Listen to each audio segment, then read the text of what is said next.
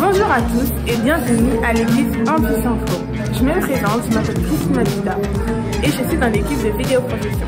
Et moi je m'appelle Maria Arnaud-Bautista et je suis à la louange. Notre église est située à Paris et son but est de faire connaître Jésus à travers une connexion et une culture humaine qui est à Paris.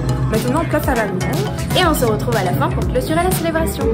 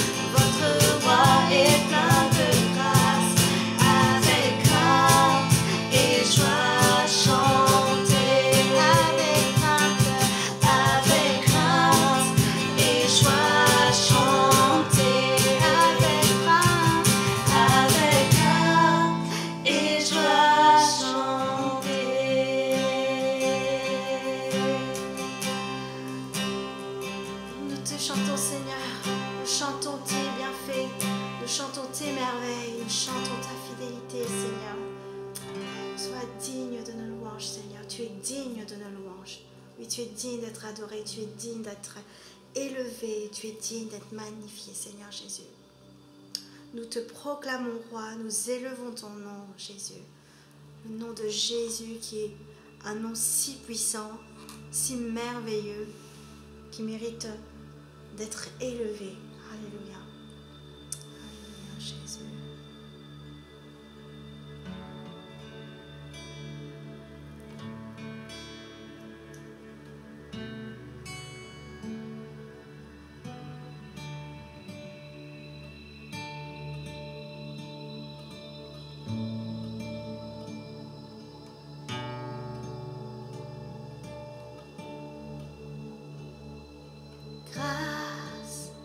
sans pareil, inonde nos cœurs.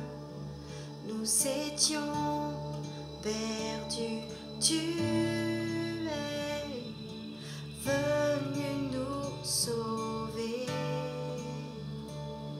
par ton sacrifice à la croix. Tu as été humilié, abaissé pour nous donner la vie. Nous ne cesserons de te louer, nous glorifions ton saint nom, car nul n'est comparable à toi. Nous ne cesserons de t'exalter, nous élevons ton saint nom, Jésus plus fort que tout.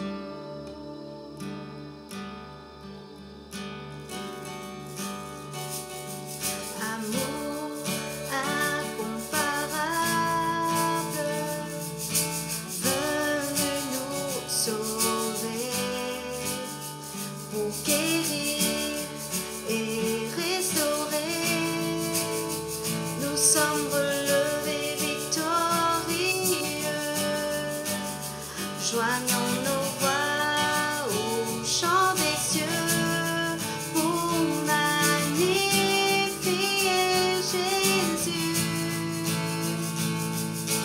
Nous ne cesserons de te louer, nous glorifions ton saint nom, car nul n'est comparable à toi. Nous ne cesserons de t'exalter, nous élevons ton saint nom, Jésus plus fort que tout.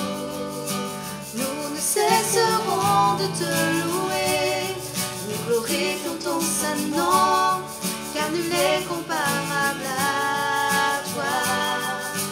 Nous ne cesserons de t'exalter, nous élevons ton saint nom, Jésus plus fort que tout. Tu es plus fort que tout, Seigneur Jésus.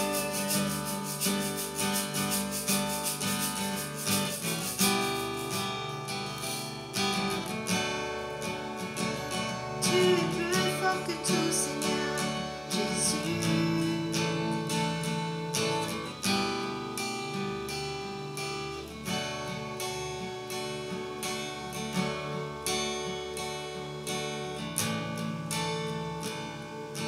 Merci pour ton sacrifice, merci pour la vie, merci pour la grâce et le prix payé pour nous. Merci pour ton sacrifice, merci pour la vie, merci pour la grâce et le prix payé pour nous. Merci pour ton sacrifice, merci pour la vie, merci pour la grâce et le prix payé pour nous. Merci pour ton sacrifice, merci pour la vie, merci pour la grâce et le prix payé pour nous.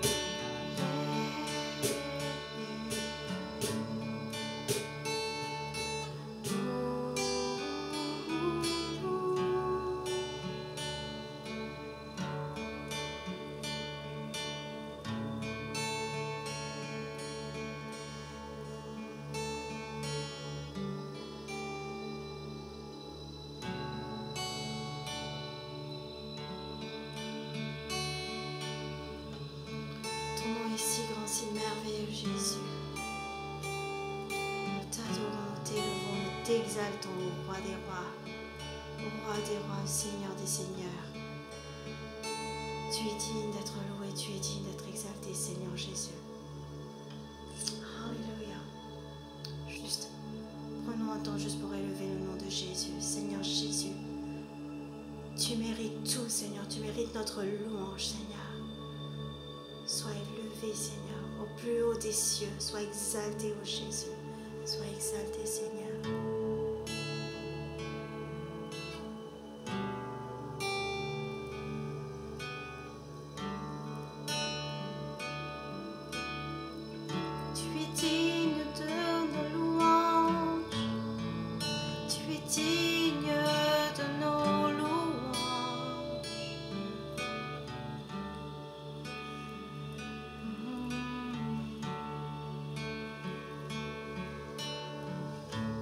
Digne est l'agneau sacrifié, il est saint, il est saint. Un chant nouveau à celui qui siège sur le trône de grâce. Digne est l'agneau, digne est l'agneau sacrifié, il est saint, il est saint. Un chant nouveau à celui qui siège sur le trône de grâce. Saint, oui, saint, trois fois saint, et le Seigneur tout-puissant, qui est et qui revient. Je chante avec la création, louange au roi des rois. Oui, Dieu est tout pour moi, et je veux t'adorer.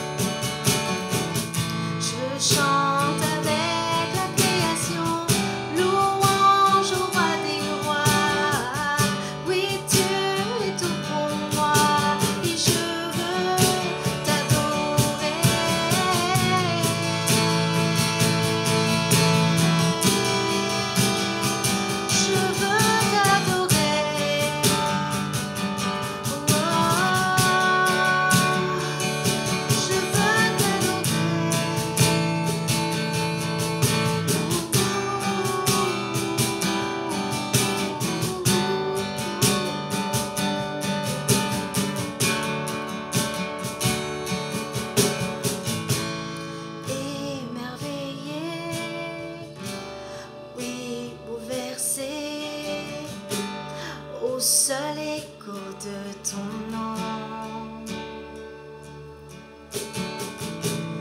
émerveillé et bouleversé, au seul écho de ton nom. Chantons Jésus, Jésus, ton nom est puissant, soufflez sous ce dos vive. Oh, quel mystère merveilleux. Oh, saint, oui, saint, trois fois saint, et le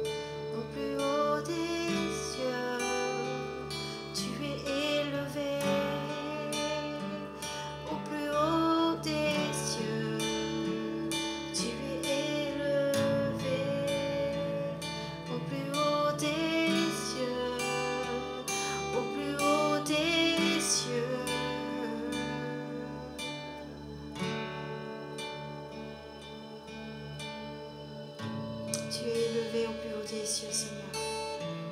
Tu es élevé. Nous t'élevons par nos louanges, Seigneur. Par nos louanges, Seigneur, nous t'élevons, nous t'exaltons, Seigneur Jésus.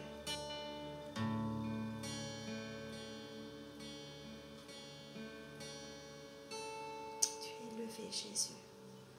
Roi des rois, Seigneur des seigneurs. Tu es roi, Seigneur. Tu es roi, Jésus.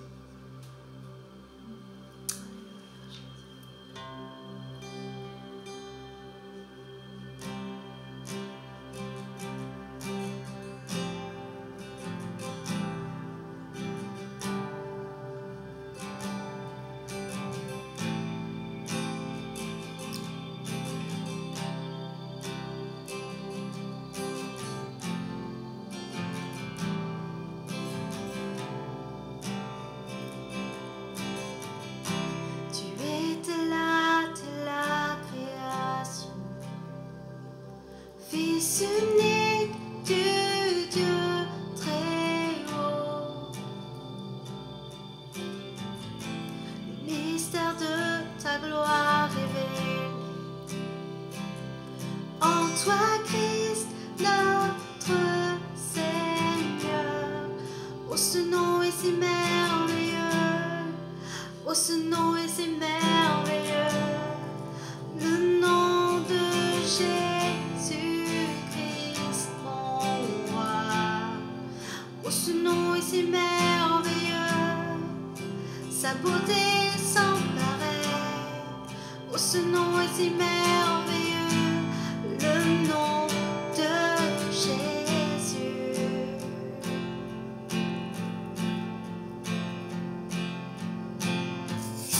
Tu n'as pas voulu les cieux sans nous.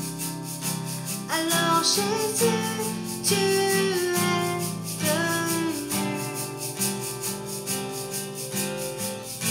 Ton amour a vaincu mon péché. Plus rien ne peut nous séparer. Oh, ce nom est si glorieux. Oh, ce nom est si glorieux. Le nom de Jésus-Christ, mon roi. Oh, ce nom est si glorieux. Sa beauté sans pareil. Oh, ce nom est si glorieux. Le nom de Jésus. Oh, ce nom est si glorieux. Le nom de Jésus.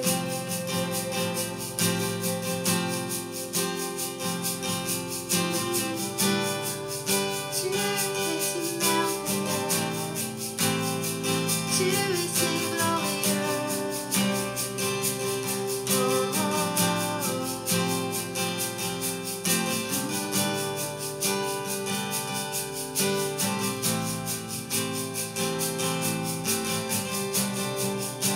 oh, la terre a tremblé, le voile s'est déchiré, désarmant la mort et le péché.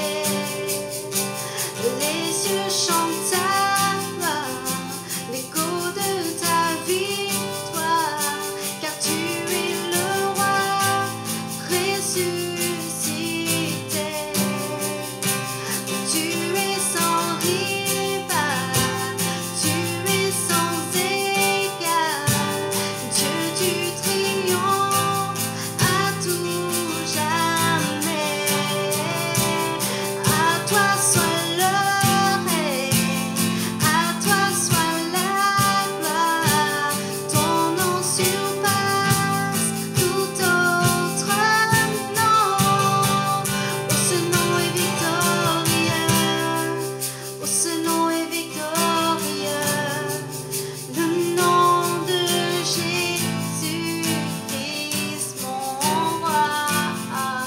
Oh, ce nom est victorieux, sa puissance est sans pareil. Oh, ce nom est victorieux, le nom de Jésus.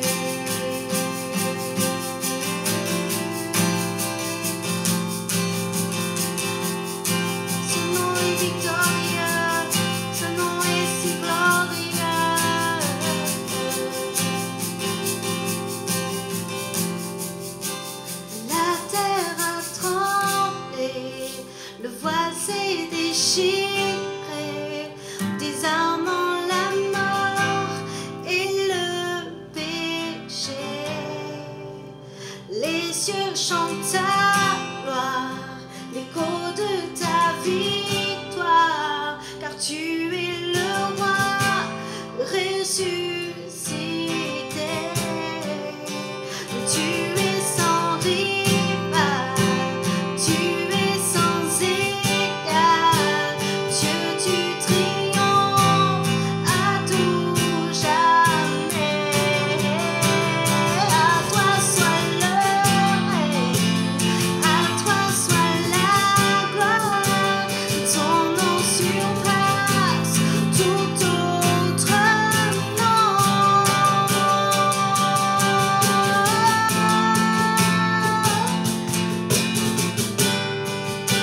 Ton nom est si merveilleux et si glorieux. Oh Jésus,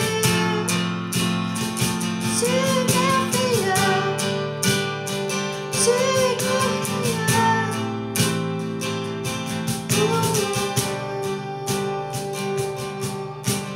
Par tes pas, Seigneur des seigneurs, tu es élevé, tu es élevé.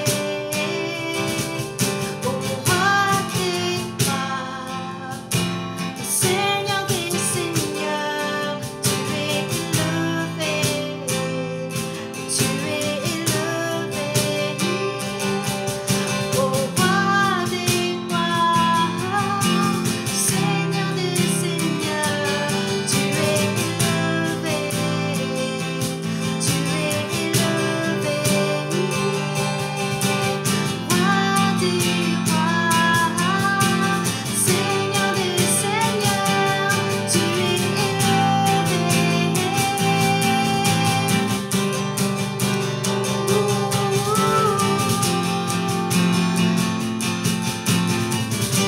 célèbre ton nom au plus haut, au plus haut, au plus haut, au plus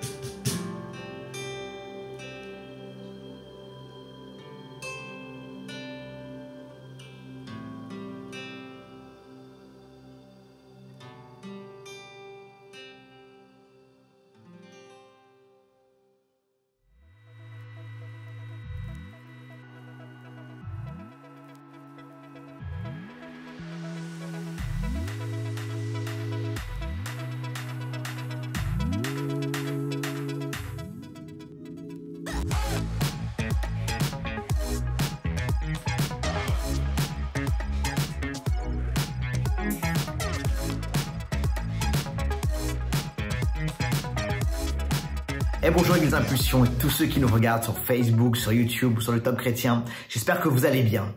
On commence aujourd'hui une nouvelle série qui s'intitule Faites des disciples. Oh, c'est l'ordre de mission que Jésus nous a donné. Et pour ce premier message, j'ai un titre. C'est le suivant, changement de jeu, parce qu'il faut changer de jeu. On est dans une saison où il faut littéralement, et c'est ce que Jésus va faire, c'est ce qu'il enseigne, changer de jeu. On prie et on plonge directement dans ce premier message de la série Faites des disciples. On y va. Père, merci pour ta présence. Saint-Esprit, merci parce que tu es avec nous et tu vas nous bénir afin de recevoir ta parole, ce message. Je prie que ça nous transforme, ça nous change et que ça nous amène plus loin en tant que disciples de Jésus. Amen, amen et amen. Il y a quelques bonnes années de cela, j'étais pasteur dans une église à Paris, dans le 17e arrondissement.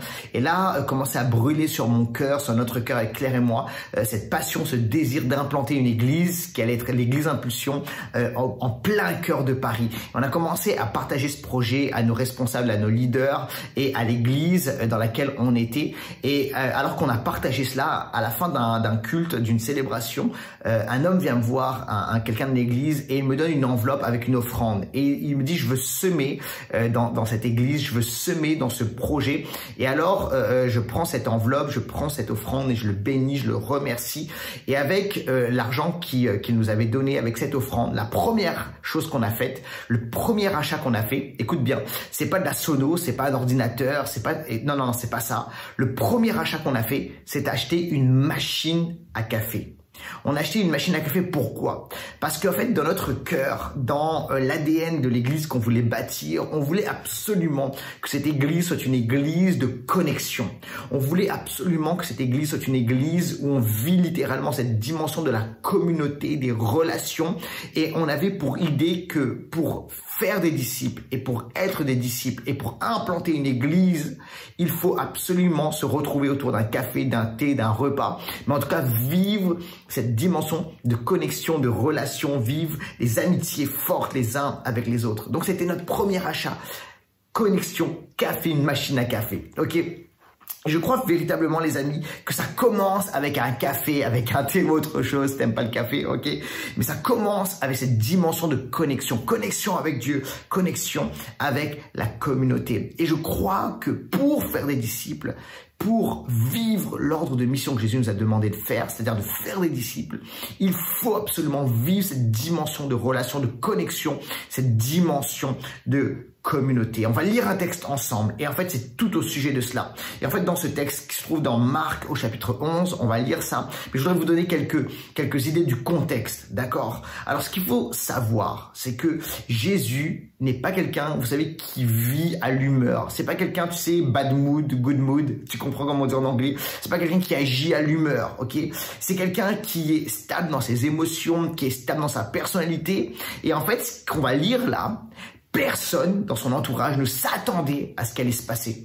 Personne ne s'attendait à une telle réaction au sujet par rapport à Jésus. Et on va lire le texte ensemble. Et c'est fascinant et c'est surprenant. Voici ce qu'on lit ensemble dans Marc 11 au verset 15 jusqu'au verset 17. Ils arrivèrent, il est question de Jésus et ses disciples, ils arrivèrent à Jérusalem. Jésus entra dans la cour du temple et se mit à en chasser les marchands qui s'étaient installés dans l'enceinte sacrée ainsi que leurs clients. Il renversa les comptoirs des changeurs d'argent ainsi que les chaises des marchands de pigeons.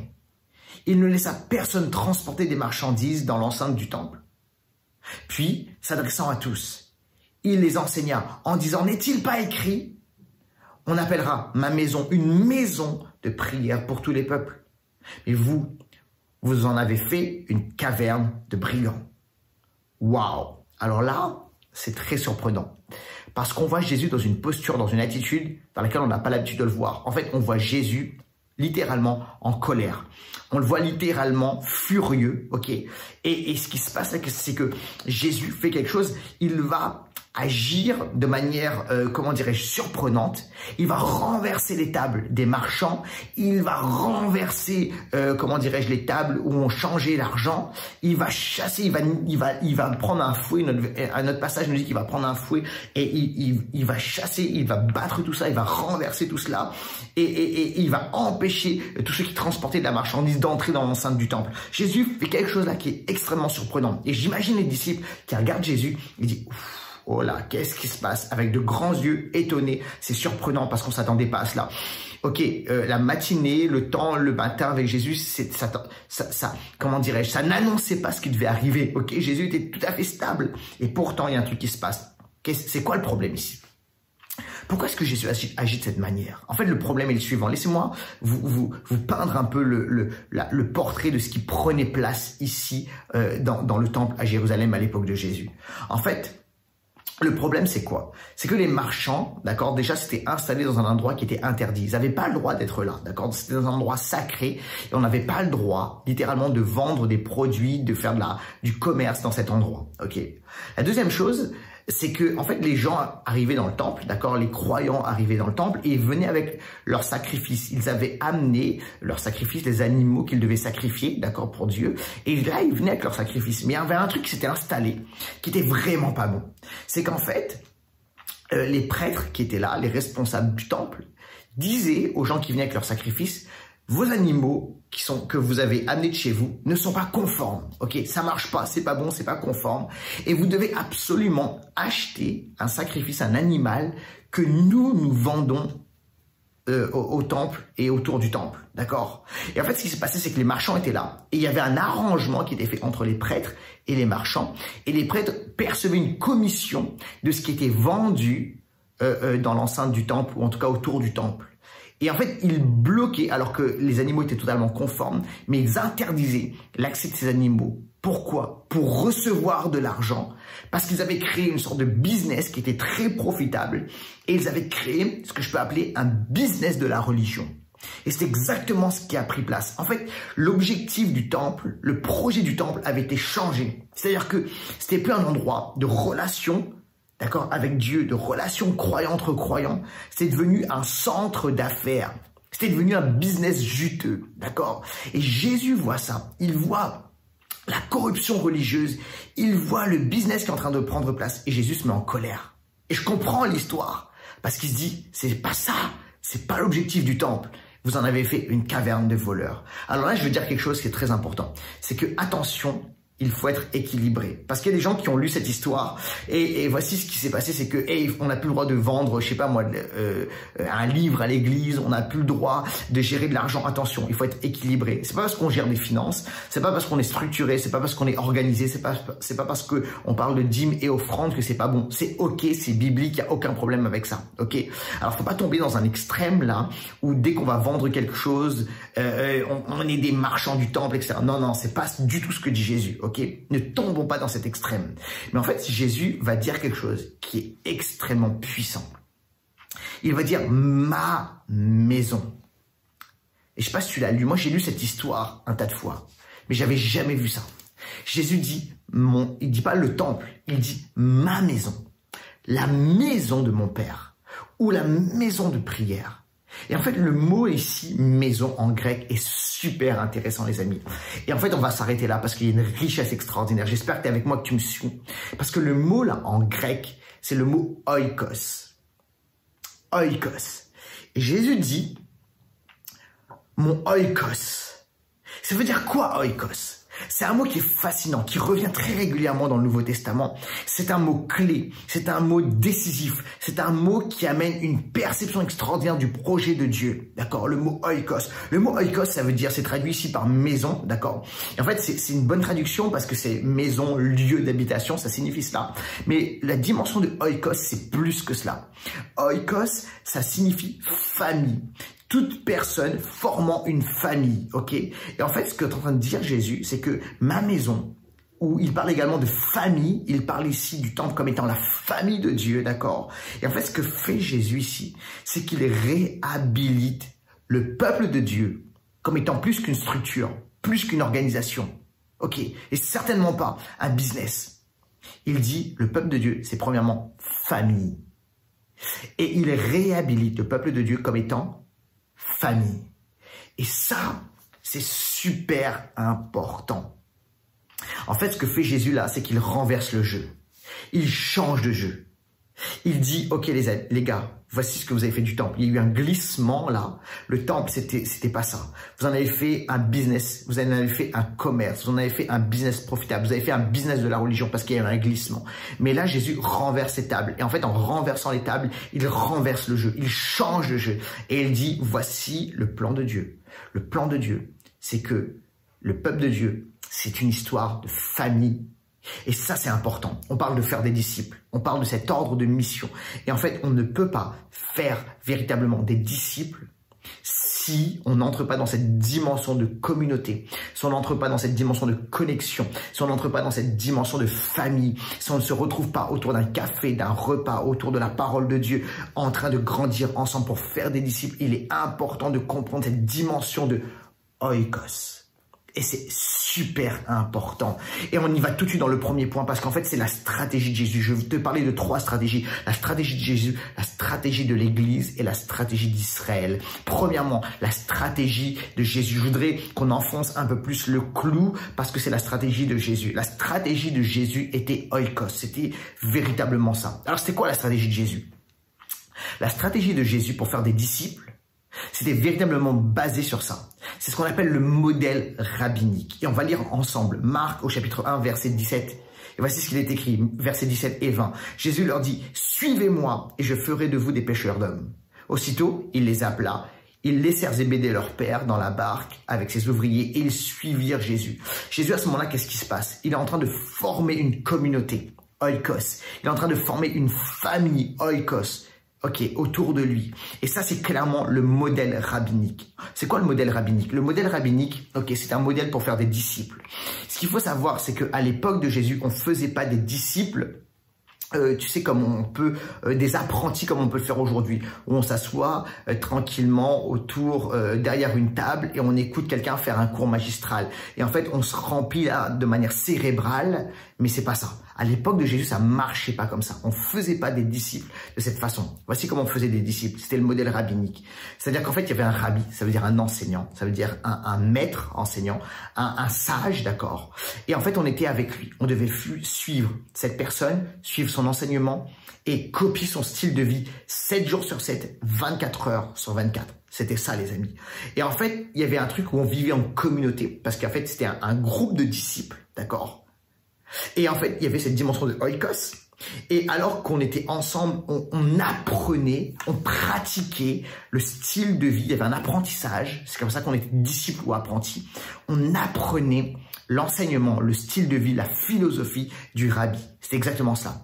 Et en fait, lorsque Jésus dit ceci, et on va lire en tête, on va lire ceci parce que c'est fondamental dans notre série. Quand Jésus dit dans Matthieu 28, 19, faites de toutes les nations des disciples, baptisez-les au nom du Père, du Fils et du Saint-Esprit, enseignez-leur à mettre en pratique tout ce que je vous ai prescrit et moi je suis avec vous tous les jours jusqu'à la fin du monde. Quand Jésus dit faites des disciples, ça veut dire quoi? C'est quoi la stratégie? Comment on fait des disciples? En fait, il faut faire comme Jésus a fait. C'est le modèle rabbinique. Et Jésus, pour faire des disciples, qu'est-ce qu'il a fait? Il a pris des gars avec lui. Il a vécu 7 jours sur 7 avec eux. Ils l'ont vu vivre, ils l'ont vu enseigner, ils l'ont vu faire. Ils ont été ensemble, Il y avait vraiment cette communauté. Des fois, ils se sont un peu frottés ensemble. Des fois, c'était un peu tendu, Mais ils ont appris ensemble. Jésus, des fois, les a repris. Et en fait, en vivant ensemble, en regardant Jésus faire, en progressant ensemble, en créant cette communauté, ils sont véritablement devenus des disciples de Jésus. Parce que les gars, ils venaient de loin, d'accord? Certains avaient un sale caractère. Certains étaient absolument pas dans le domaine spirituel religieux, d'accord? Pour la plupart, ils étaient tous, comment dirais-je, des chefs d'entreprise ou faisant partie de l'entreprise familiale, SARS, pêche, père et fils, C'était ça, en fait. Et ils sont devenus des gens qui ont changé le monde, qui ont bouleversé le monde. Et c'est devenu des héros de la foi. Comment? Parce que Jésus a pris ces gens-là pendant 3 ans. Il a été avec eux, il a vécu avec eux. Il s'est déversé en eux. Ils ont été ensemble, d'accord? Ils ont grandi ensemble. Et c'est devenu des gens qui ont changé le jeu, qui ont renversé le monde. Pourquoi? Parce qu'ils ont vécu cette dimension, la stratégie de Jésus, la stratégie rabbinique. Et là, j'ai quelque chose à te dire. Écoute-moi bien. Il faut vivre cela aujourd'hui, en 2021. C'est le projet de l'Église Impulsion. On doit entrer dans cette nouvelle dimension. Et les gens ici, la première chose que tu dois faire, c'est entrer dans le style de vie de Jésus, dans ta vie de tous les jours. C'est-à-dire quoi? Ça veut dire que dans toutes les sphères de ta vie, pas simplement le dimanche, du lundi au dimanche, chaque jour de ta vie, dans toutes les sphères de ta vie, dans ta vie sentimentale, dans le travail professionnel, dans ta vie familiale, dans ta vie de couple, dans toutes les sphères, dans tes finances, etc. Écoute, tu dois adopter le style de vie de Jésus, l'enseignement de Jésus, la philosophie de Jésus et laisser Jésus régner. Ça veut dire ça. Suivre Jésus aujourd'hui pour nous, 24 heures sur 24, 7 jours sur 7, suivre notre rabbi Jésus. Ça veut dire qu'on laisse Jésus, comment dirais-je, son style de vie, son enseignement imprégner, gérer, venir dans toutes les sphères de notre vie. Des personnes ici, en fait, tu dois passer de sympathisant, j'aime bien Jésus, je le suis de loin, à littéralement disciple de Jésus. Et être disciple de Jésus, ça veut dire je vis avec Jésus et je le laisse son enseignement imprégner toutes les sphères de ma vie. Ça, c'est la première chose. La deuxième chose, écoute-moi bien, c'est que les personnes ici, vous voulez vivre et grandir en tant que disciple, devenir des chrétiens de plus en plus matures, grandir en Jésus, être libérés, être transformés, vivre les promesses de Dieu. Mais le problème, c'est que tu vis ça dans l'individualité. Et en fait, tu dois changer. Et Jésus te demande de passer de l'individualité à la communauté. Et je dois comprendre l'importance de l'Église. L'Église Impulsion, écoute-moi, on est dans le lancement des groupes Connexion. Et on veut vivre cette dimension de modèle rabbinique, on veut vivre la stratégie de Jésus, on veut vivre oikos, on veut vivre, tu sais, cette dimension de communauté, et on va mettre en place les groupes connexion, où en fait ça va te permettre de pas juste, ok, je viens rapidement le dimanche, on passe du temps ensemble, ok, le culte, et après c'est fini, je me débrouille dans la semaine. Non, non, non, c'est pas ça. C'est qu'on veut vivre cette dimension de la communauté, où littéralement, tu vas avoir un groupe, tu vas avoir des amis, tu vas avoir cette dimension de oikos, où ensemble, on va grandir, où ensemble, on va vivre l'enseignement de Jésus, où ensemble, on va s'encourager. Et ça, c'est quoi? C'est passer de l'individualité à la communauté. Et ça va te transformer. Tu ne peux pas grandir, tu ne peux pas vivre toutes les promesses de Jésus si tu vis seul. La vie chrétienne n'a jamais été prévue pour être vécue seule. Elle a été prévue pour vivre en communauté. Ça, c'est la stratégie de Jésus. C'est le modèle rabbinique. Ok, deuxième stratégie, la stratégie de l'Église. On enfonce un peu plus le clou. Ok, la stratégie de la première Église était clairement oikos. C'était ça, les amis. Ok, je voudrais que tu comprennes ceci. À Jérusalem, il y avait un gros mix entre la grosse célébration et oikos, ça veut dire les petits groupes, les groupes de disciples. Et on lit ceci ensemble dans Actes au chapitre 5 et au verset 42. Tu vas voir ça avec moi, c'est extraordinaire. Chaque jour, dans le temple et dans les maisons, ils ne cessaient, c'est les disciples, d'enseigner et d'annoncer la bonne nouvelle de Jésus-Christ. Et voici l'équilibre. C'est que à Jérusalem, les premiers chrétiens vivaient quelque chose de formidable. Il y avait la grosse célébration, ok? Ça veut dire c'était tous les chrétiens de Jérusalem et il y en avait beaucoup, 3000 certainement, ok? C'était là, ils allaient au temple et c'était la grosse réunion, c'était la grosse célébration, c'était notre culte du dimanche, d'accord? Mais en fait, il y avait quelque chose d'autre, c'est qu'ils se réunissaient aussi dans les maisons, en petits groupes. Maison, c'est oikos, d'accord? Le mot là ici, ils se réunissaient dans les maisons, tu peux changer, ils se réunissaient dans les oikos. Et là, c'était des petites communautés, c'était plus petit, d'accord?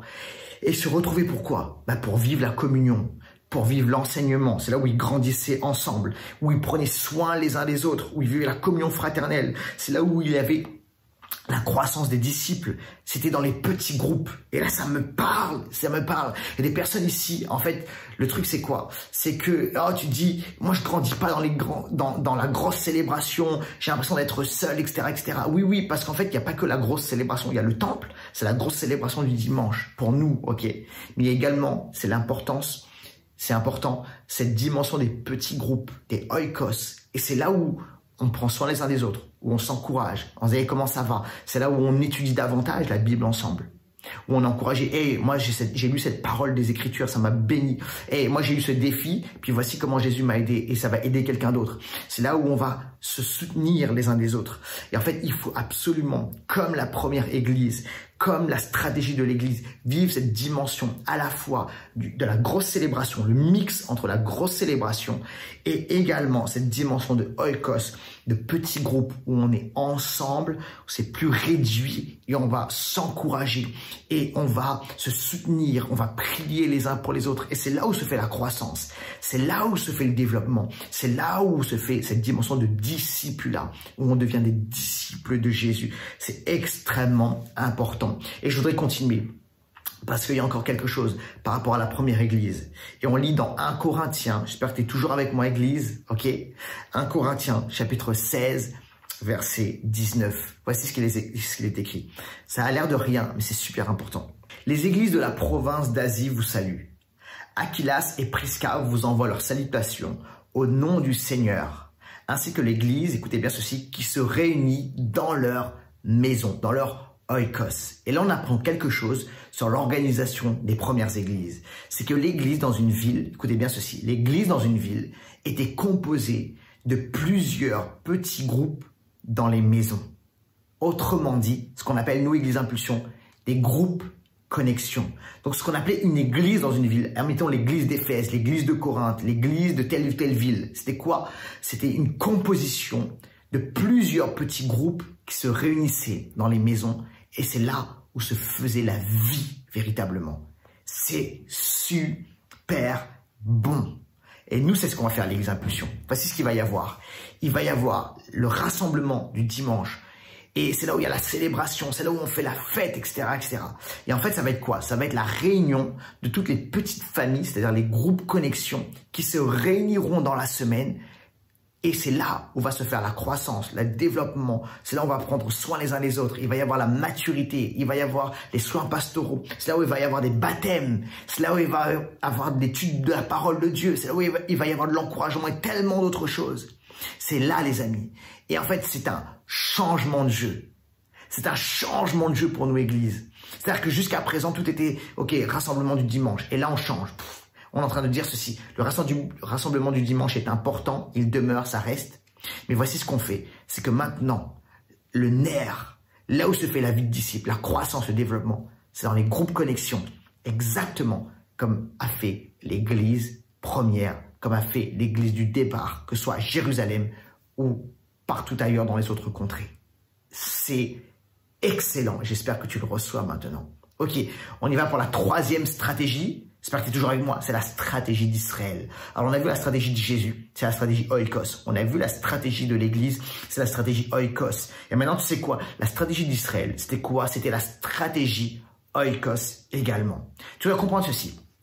C'est que l'Israël antique, d'accord, était une image, c'est une image de l'église, du royaume de Dieu, d'accord? C'est très important de le comprendre.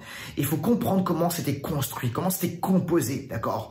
Et en fait, ça va du macro, c'est-à-dire du large, au micro, c'est-à-dire du petit, du large jusqu'au petit.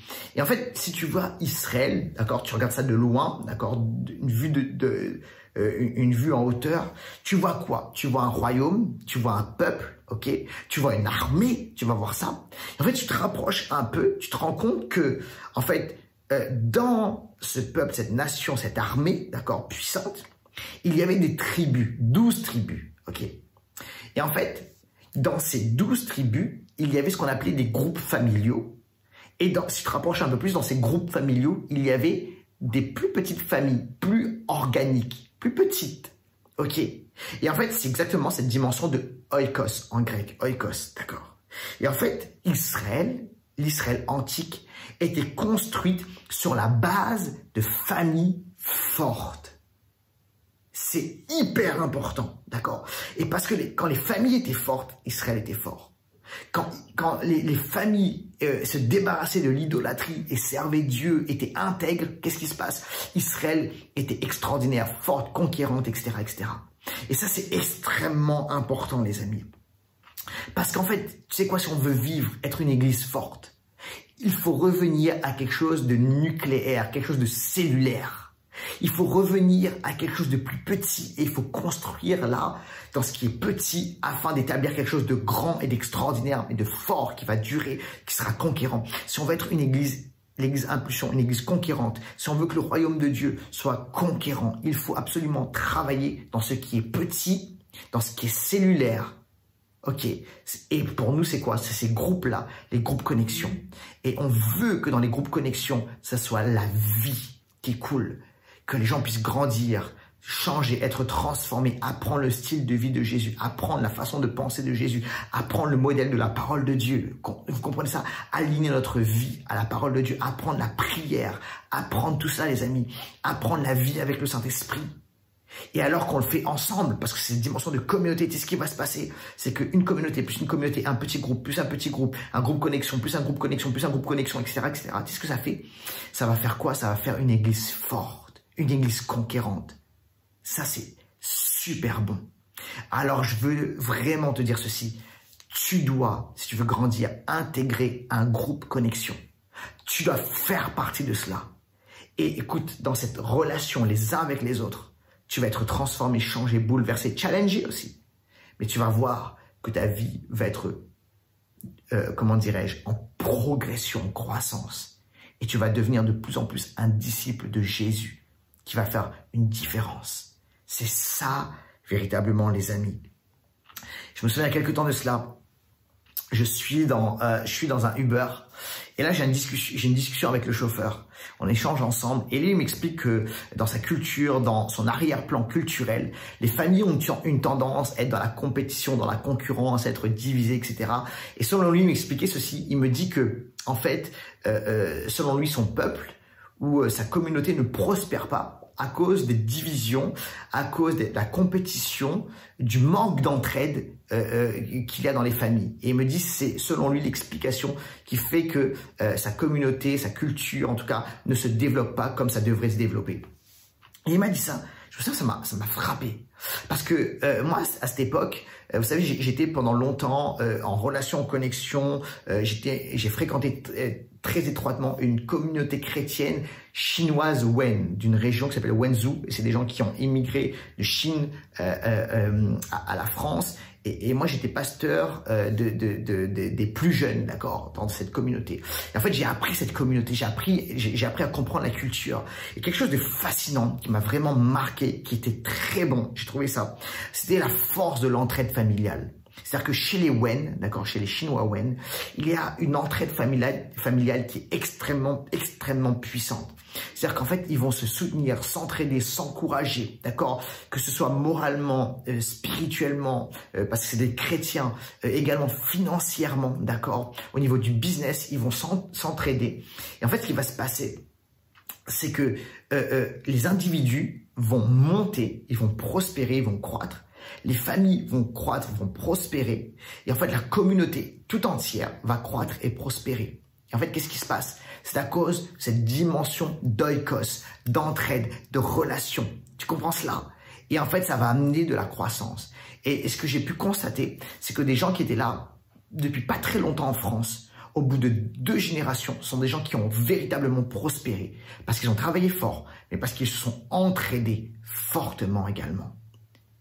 Essayez d'imaginer ceci, qu'on saisit ça, parce que c'est un concept du royaume. On saisit ça en tant qu'église, on saisit ça en tant que croyant. Et on se dit, hey, on va arrêter d'être individualiste, on va arrêter d'être des chrétiens en compétition les uns avec les autres. Et si on faisait quelque chose, si on construisait des familles à l'intérieur de l'église, ça s'appelle des groupes connexion, et dans ces familles, on va s'encourager, s'entraider, se soutenir, prier les uns pour les autres, comment étudier la parole de Dieu ensemble, grandir dans la prière ensemble, dans la vie de l'esprit, dans les dons spirituels, dans le prophétique ensemble, etc. Si on vivait ça ensemble véritablement, les amis, si on guérissait ensemble de nos blessures, voici le résultat. On vit cette dimension de communauté et d'entraide. Je vous assure, voici ce qui va se passer.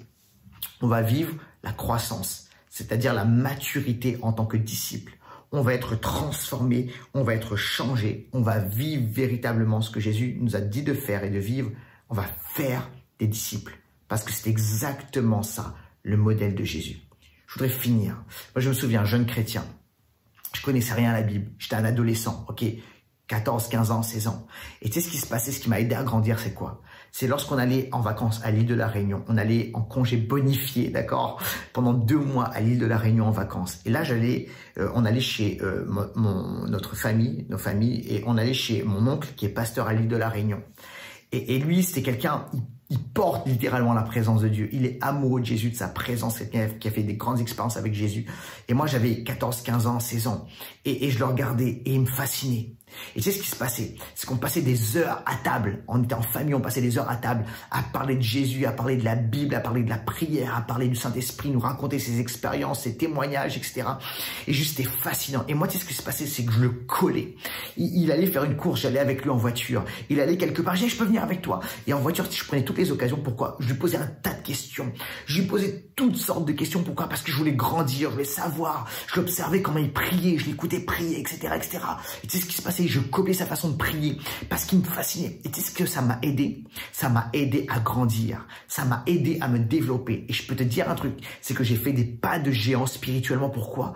Parce que je l'ai observé. C'était comme un rabbi pour moi, d'accord? J'ai observé, j'ai vu comment il priait, j'ai vu comment il vivait sa vie avec Jésus, j'ai vu comment il prêchait, j'ai vu comment il était avec les gens, etc. Ça m'a inspiré. Et son onction, quelque part, est venue sur moi, d'accord? Et ça m'a aidé à grandir. Ça, c'est quoi? C'est oikos. On vivait ensemble pendant 2 mois, d'accord? On était là, nos familles rassemblées, ok? Une famille ensemble. On mangeait ensemble, on partageait ensemble, on allait le dimanche ensemble à l'église, on débriefait sur le message, etc., etc. Et on grandissait ensemble, ok? Et ça, c'est quoi? C'est vivre cette dimension. On change le jeu. On passe tu comprends, d'un système où on est individuel, où en fait on est là dans une grosse célébration de dimanche, mais en fait c'est individuel parce qu'on repart chacun de son côté. On change le game, on change le jeu. Comme Jésus a renversé les tables, il a dit maintenant c'est un changement, maintenant c'est quelque chose de nouveau. Et pour l'église Impulsion, c'est quelque chose de nouveau. On change de jeu, on change de game, ok? On est dans une nouvelle phase où maintenant c'est Oikos, c'est les groupes connexion, ok? Et on va grandir de cette manière. C'est quelque chose qui est organique, c'est quelque chose qui est cellulaire. Et le dimanche, on se rassemble. C'est toutes les familles qui se rassemblent pour célébrer Jésus.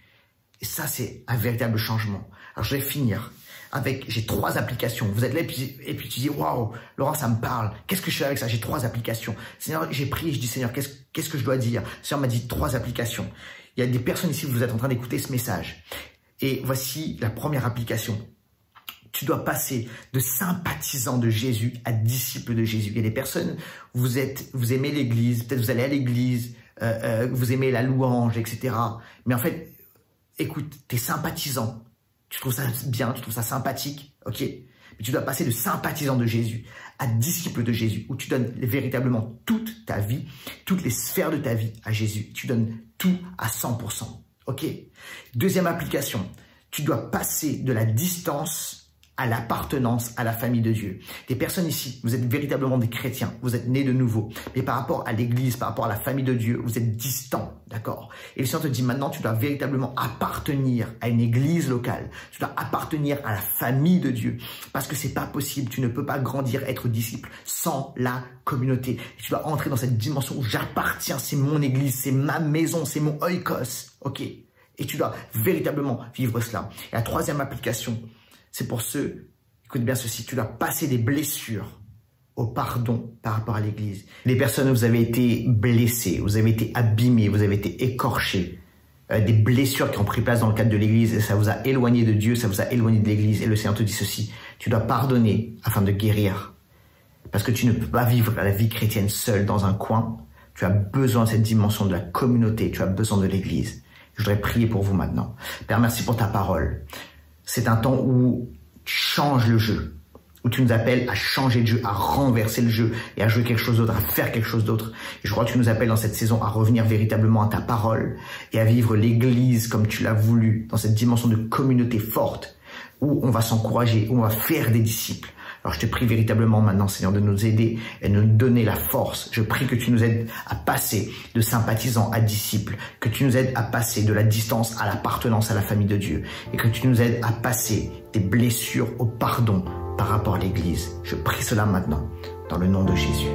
Amen, amen et amen.